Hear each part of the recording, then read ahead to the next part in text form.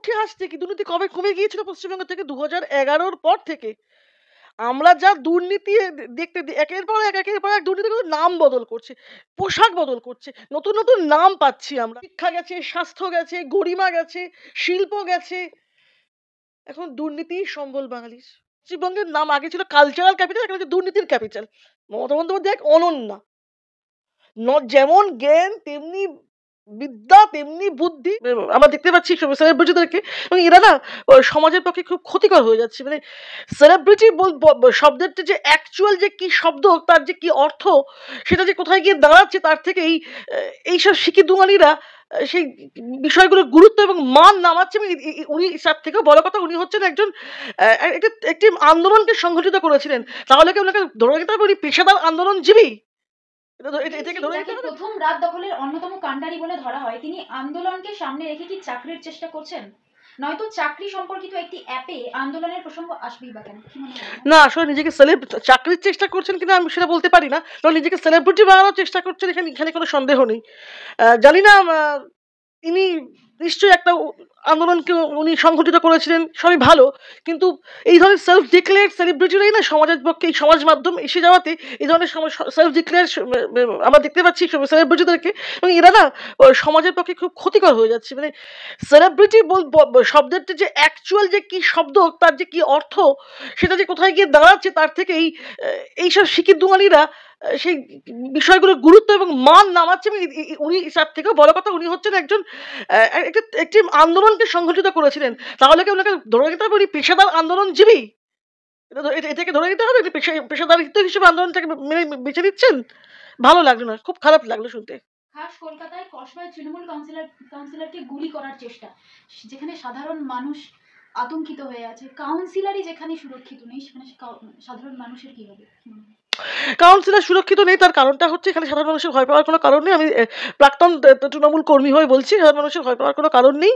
এক্ষুনি সাধারণ মানুষের গায়ে হাত পড়বে না, অন্তত কসবা ঘটনাটুকু ওই সংশ্লিষ্ট কাউন্সিলর নিশ্চয়ই কোনো ভাগের টাকা ঠিকমতো ঠিক টাইমে পৌঁছে দিতে পারেননি, বা তার কোনো কমিটমেন্ট যেটা থাকে সেটা তিনি নিশ্চয়ই তার জ্ঞানাধিপতিকে দিয়ে উঠতে পারেননি। তাই জন্য তাকে খুনও করা হয়, তাকে একটু ভয় দেখানো হচ্ছে, কিন্তু তাকে সালটে দেওয়ার জন্য, তাকে একটু শুধরে দেওয়ার জন্য একটু ভয় দেখানো হয়েছে। এবারে হচ্ছে প্রথমবার তাকে ভয় দেখায় সাবধান করা হলো, এর পরের বারে একদম উড়িয়ে দেবে, এটা জানিয়ে দিল একদম। এটা হচ্ছে এটা ওদের নিজস্ব দলের ভিতরের ব্যাপার। সাধারণ মানুষের এখানে কিছু হবে বলে মনে হচ্ছে না এখনই। লটারির মাধ্যমে সাদা টাকা কালো করার চেষ্টা চলছে এবং কোটি কোটি টাকা উদ্ধার হচ্ছে। আবারও দুর্নীতি উঠে আসছে। দুর্নীতি উঠে আসছে কি দুর্নীতি কবে কমে গিয়েছিল পশ্চিমবঙ্গ থেকে 2011-র পর থেকে আমরা যা দুর্নীতি দেখতে একের পর এক দুর্নীতিগুলো নাম বদল করছে, পোশাক বদল করছে, নতুন নতুন নাম পাচ্ছি আমরা। শুরু হয়েছিল চিটফান্ড দুর্নীতি দিয়ে, তারপর থেকে সেখানে এই যে আজকে লটারিতে নাম আসছে, দুর্নীতির কথা উঠছে।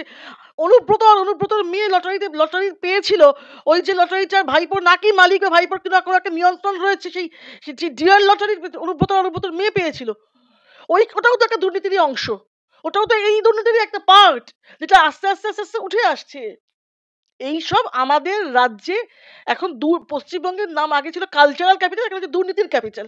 এখন পশ্চিমবঙ্গের এই অবস্থা, তো এই আমাদের ভবিতব্য। আমাদের লক্ষ্মীর ভান্ডারও আছে, আমাদের দুর্নীতিও আছে। এবার দুর্নীতি আর লক্ষ্মীর ভান্ডারের মধ্যে, লক্ষ্মীর ভান্ডার মানুষ পছন্দ করছে, দুর্নীতি লক্ষ্মীর ভান্ডার পেয়ে দুর্নীতি ইজ নাথিং। চাকরিও চাই না, ব্যাস চলুক, সবাই ভালো আছে। পুলিশের চাকরিতে স্বজন পোষণ হচ্ছে তৃণমূলের সভা থেকে দাবি শওকত মোল্লা। তো কোন চাকরিতে স্বজন পোষণ হয় না? প্রথম কথা হচ্ছে এই রাজ্যে রিক্রুটমেন্ট হয় না, কন্ট্রাকচুয়াল লোক দিয়ে কাজ চালানো হচ্ছে মোটামুটি 2012 সাল থেকে। এটা আমি ট্রান্সপোর্টে তো দেখেইছি এবং অন্যান্য ডিপার্টমেন্টেও তাই, কর্পোরেশনেও তাই চলছে। পুলিশের ক্ষেত্রে সিভিক ভলেন্টিয়ার্স হচ্ছে, মানে পুরোদস্ত পুলিশ নিয়োগ করতে যে খরচ, সেটা বোধহয় সরকার টানতে পারবে না বলে সব ক্ষেত্রে ওই সিভিক চলছে। এবার যেটা বলছি স্বজন পোষণই হচ্ছে, আর কিচ্ছু হচ্ছে না। বাংলার সাধারণ ছেলে মেয়ে যারা চাকরি যোগ্য, তারা আজ 1000 দিনের হতে চললো তো রাস্তায় বসে রয়েছে তাদের যোগ্য চাকরি ফিরে পাওয়ার দাবিতে। স্বজন পোষণই হচ্ছে, স্বজনরাই ফুলে ফেঁপে উঠছে, কালীঘাটে প্লটের প্লট স্বজনদেরই নাম আসছে। আর বাংলার যে মানুষেরা অনেক আশা ভরসা নিয়ে মমতা বন্দ্যোপাধ্যায়কে চেয়ারে বসিয়েছিল, তারা এখন দুর্জন হয়ে গিয়েছে। তাদের যেকোনো কিছুর জন্য, যেকোনো দাবি আদায়ের জন্য তাদেরকে এখন কোর্টের দরজায় গিয়ে কড়া নাড়তে হয়। এই হচ্ছে বর্তমান পশ্চিমবঙ্গের অবস্থা। বীরভূমের পারুইয়ে রেশন ডিলারের ছেলেকে অপহরণ করে 50 লাখ টাকা মুক্তিপণ চাইছে। হ্যাঁ, এই রাজ্যটা তো সমস্ত রকম যা দুষ্কৃতকারী তাদের স্বর্গরাজ্য তো। আমি একটা উদাহরণ দিয়ে বোঝাচ্ছি। সেটা হচ্ছে যে আজ থেকে মাস ৬ আগে যখন বাংলাদেশে এরকম আজকের সিচুয়েশন হয়নি, আজকের এই টার্ময়েল চালু হয়নি, তখনও ওই রাজ্যের একজন এমপিকে খুন করার জন্য ওই রাজ্যের বলছি না, মাফ করবেন, ওই দেশের এক এমপিকে খুন করার জন্য ওই দেশের নাগরিকরা বাংলাদেশকে সেফ বলে মনে করেনি, মনে করেছে পশ্চিমবঙ্গে নিয়ে এসে খুন করলে তারা ভালো করে কচুকাটাটা করতে পারবে। তো এইটা পশ্চিমবঙ্গে তো ইন্টারন্যাশনাল ফেম হয়েই গিয়েছে।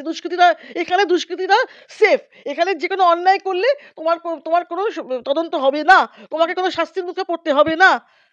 পাঞ্জাব থেকে আমি আরো মনে করাচ্ছি, পাঞ্জাব থেকে এক দুষ্কৃতকারী রাজারহাটে এসে ফ্ল্যাট ভাড়া নিয়ে আছে। পাঞ্জাব পুলিশ যখন তার খোঁজে আসে তখন বাংলা পুলিশ জানতে পারে। এই হচ্ছে বাংলার ইন্টেলিজেন্স ব্যুরোর অবস্থা। তো ঠিকই আছে। এখানে রেশন ডিলারের ছেলেকে তো দেখুন, ওর মধ্যে হয়তো কোনো রাজনৈতিক যোগও আছে কিনা কে বলতে পারে। গতকাল মমতা বন্দ্যোপাধ্যায় বলেন যে আজ পর্যন্ত নাকি অলিম্পিকে সোনা পাইনি। মমতা বন্দ্যোপাধ্যায় উনি সেই আবোল তাবোল ১৫০০ কেজির বাচ্চা, তারপরে রবীন্দ্রনাথ ফলের রস খাইয়েছেন, এটা তার নবতম সংযোজন হলো অলিম্পিকে সোনা জেতেনি। ওনার নলেজ, ওনার বক্তব্য, ওনার কথাঞ্জলি, ওনার ছবি, ওনার গান, ওনার ইদানিংকার নাচ, উনি এক অনন্যা। ওনার বিচার করার শক্তি আমার নেই। মমতা বন্দ্যোপাধ্যায় এক অনন্যা। যেমন জ্ঞান তেমনি বিদ্যা তেমনি বুদ্ধি। চুরিতে এটা উনি বোধহয় বলতে চেয়েছে যে এর আগে কোন রাজনৈতিক দল চুরিতে সোনা জেতেনি, যেরকমটা ওরা প্রায় জেতার দোরগোড়ায় এসে গিয়েছেন, সেটা বোধহয় বলতে চাইছেন। সেটা আর কি রাগঢাক করে এইটা বলা, আর কোনো কেউ পায়নি। উত্তরপ্রদেশের ঝাঁসি মেডিকেল কলেজে বিধ্বংসী অগ্নিকাণ্ডে আগুনে ঝলসে মৃত ১০ শিশু, আহত আরো ৬। ঘটনায় প্রশাসনকে দ্রুত সঠিক তদন্তের নির্দেশ দিচ্ছে যোগী আদিত্যনাথ। একদম তাই। খুব এর আগেও শিশু মৃত্যু ঘটেছে উত্তরপ্রদেশে। উত্তরপ্রদেশের সরকারের উচিত এই বিষয়টা সম্বন্ধে অত্যন্ত ঠিক যেমনিভাবে উনি বুলডোজার চালান, এক্ষেত্রেও আমি আশা রাখবো, আমি অনুরোধ জানাবো যে যোগী সরকার যেন এই বিষয়টিকে খুব দ্রুততার সঙ্গে তদন্ত করে একটা যিনি যে দোষী তাকে দোষী সাব্যস্ত করে। কারণ যার গেল তার তো গেলই ভাই। শিশু মারা গেল, যার গেল তার তো গেলই। আমি একজন মহিলা হিসেবে ওকে বলবো যেন দ্রুত এই কে দোষী তার এবং কিভাবে আগুন লাগলো, কোন গাফিলতির পিছনে আছে সেটাকে অনুসন্ধান করা হয়, এবং ভবিষ্যতে যেন আর কখনো কোনো শিশু মৃত্যু হয়েছে আমাদের যেন শুনতে না হয়। দুর্গাপুরে হেলমেট ছাড়া বাইক চালিয়ে বিতর্কে বিজেপির প্রাক্তন রাজ্য সভাপতি তথা রাজ্য নেতা দিলীপ ঘোষ। দেখুন, উনি হয়তো মানে লোকালি বেরিয়েছিলেন, বিষয়টাকে গুরুত্ব দেননি, তবে নিশ্চয়ই ওরও গুরুত্ব দেওয়া উচিত ছিল। কারণ মানে এটা তো আইনের থেকেও বড় হচ্ছে নিজের মাথা। আইনটা তো মানে আমাকে সুরক্ষা দেওয়ার জন্যই তো, আইন তো নাগরিককে সুরক্ষা দেওয়ার জন্যই। সেক্ষেত্রে একজন প্রাক্তন সাংসদ হিসেবে এবং সমাজে গুরুত্বপূর্ণ ব্যক্তি হিসেবে ওর হয়তো এটা করাটা না করলেই ভালো হতো। তবে হয়তো কাছাকাছি এখান থেকে ডিস্টেন্সটা হয়তো কম ছিল, তাই হয়তো উনি বিষয়টার গুরুত্ব অনুধাবন করতে পারেননি। তবে এটা নিজের সুরক্ষার জন্যই, ভারতীয় জনতা পার্টির সুরক্ষার জন্য, আমাদের কর্মীদের সুরক্ষা ভালো রাখার জন্যই আমি দিলীপ দাকে অনুরোধ করবো তিনি যেন ভবিষ্যতে এইরকম রিস্ক না নেন। এই যে জেলায় জেলায় ট্যাব দুর্নীতি, এটা নিয়ে কি বলবেন? পড়ুয়ারা তো এই দুর্নীতির শিকার হচ্ছে। দুর্নীতি নিয়ে যে কি নতুন করে আর বলবার আছে পশ্চিমবঙ্গে, যে একটু আগে বললাম যে শুধু রূপ বদলায়, রং বদলায়, নাম বদলায়, দুর্নীতিটা একই থাকে। কোনো একটি বিষয় আছে পশ্চিমবঙ্গে যেটার মধ্যে দুর্নীতি মিশে নেই। বারংবার বলছেন, গিয়ে ধর্ণা দিচ্ছে, কখনো নিজের অফিসের সামনে নিজে বসে, বা কখনো দিল্লিতে চলে যাচ্ছে ভাইপো, যে আবাসের টাকা পায়নি। আজকের একটা লিডিং নিউজ পেপারে নিউজ হচ্ছে যে আবাসের টাকা পড়ে রয়েছে ব্যাংকে, যেহেতু নামের গরমিল হয়েছে, যেহেতু ওক্ষেত্রে দুর্নীতি করা হয়েছে, তাই সেই টাকা তারা ব্যবহার করতে পারছেন না। এইটা গেল আবাসের ক্ষেত্রে। এনআরইজিএ প্রজেক্ট, যেটাকে সহজ কথায় ১০০ দিনের কাজ বলা হয়, সেক্ষেত্রেও একই রকম। এক প্রজেক্টের নামে টাকা পাঠানো হয়েছে, আর এক প্রজেক্ট করেছে, অথবা কিছুই করেনি, ফাঁকা মাঠ রেখেছে, যারা এনআরজি প্রজেক্টের এলিজিবল ন তাদের নাম রেখেছে, এইসব কারণে টাকা পাচ্ছে না। আর দুর্নীতি প্রতিটি ক্ষেত্রে তো দুর্নীতি করছে। ট্যাবের টাকা, ট্যাব এই যে সাইকেল কিনে নিতে পারছে, আমাদের গভর্নমেন্ট স্কুলগুলো বই দেয়, জুতো দেয়, তো ট্যাবটাও তো হাতে হাতে স্টুডেন্টদের দিলেই পারতো, কেন সেখানে ক্যাশ পৌঁছে দেওয়ার প্রয়োজন পড়লো? কি কোন কম্পালশন থেকে মাথা গেল এখানে ক্যাশ পৌঁছলে সুবিধা হবে না?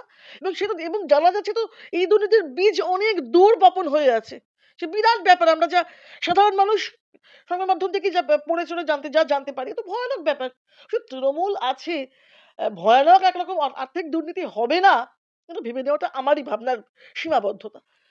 এইভাবে দুর্নীতিকে আমরা এখন ওই যে বললাম, শিক্ষা গেছে, স্বাস্থ্য গেছে, গরিমা গেছে, শিল্প গেছে, এখন দুর্নীতি সম্বল বাঙালির। থ্রেড কালচারে অভিযুক্তদের বহিষ্কারের শাস্তি বদলে গেল মুচলেখায়। কল্যাণী মেডিকেল কলেজে থ্রেড কালচারে 40 জন অভিযুক্ত। দেখুন, এই যে থ্রেট কালচার বা ইত্যাদি বললে, ডাক্তাররা যে অর্গানাইজেশন থেকে নিজেরা যে অনেকগুলো অর্গানাইজেশন এক হয়ে যে মমতা বন্দ্যোপাধ্যায়ের সঙ্গে মিটিং করলেন, তারপরে ওদের দাবি দাবাগুলো কতটা মিটলো কি মিটলো না জানা গেল না। ওরা ওদের যে ধর্ণা সেটা তুলে নিলেন। তার কিছুদিন পরে দেখা গেল যে সরকার, তৃণমূল সরকারের অ্যাফিলিয়েটেড যে অর্গানাইজেশন, সেখানে আবার দুটো ভাগ হয়ে গেল। অর্থাৎ যে যারা এতকাল থ্রেট দিয়ে এসেছে এবং যারা এতকাল থ্রেট দেওয়ার ইচ্ছে ছিল কিন্তু সুযোগ পায়নি, তারা এবার কি জায়গা করছে? আসলে বিষয়টা আমার কেন জানি মনে হচ্ছে, ডাক্তাররা যে আন্দোলনটা করেছিলেন, কিছু অরাজনৈতিক ডাক্তারবাবু হয়তো তার মধ্যে আছেন, নিঃসন্দেহে, কিন্তু বেশিরভাগ আন্দোলনটাই পুরোটাই রাজনৈতিক। এবং রাজনৈতিক কারণেই তারা কোনো বিশেষ, যে কারণ কোনো একটি বিশেষ রাজনৈতিক দলকে তারা ওয়েলকাম জানাচ্ছে নাকি কোনো একটি বিশেষ রাজনৈতিক দলকে তারা গো ব্যাক বলছেন। তো এর থেকে পুরো বিষয়টার আসল উদ্দেশ্য, আসল বিধেয় এবং এটাকে অরাজনৈতিক বলার যে নির্বুদ্ধিতা অথবা চাতুর্য, সবই এর থেকে স্পষ্ট হয়ে যাচ্ছে। এই আন্দোলনটা কতটা ভবিষ্যৎ আছে আমি জানি না, তবে এইটুকু নিশ্চিত, সিবিআই যেন অনেক প্রতিকূলতার মধ্যে দিয়ে কাজ করেও ডাক্তার দিদিকে তার ইনসাফটা দেয়, যে ইনসাফ আমরা রিজওয়ানুরকে দেওয়াতে পারিনি। ডাক্তার দিদি যেন সেই ইনসাফ, সেই জাস্টিস যেন পান।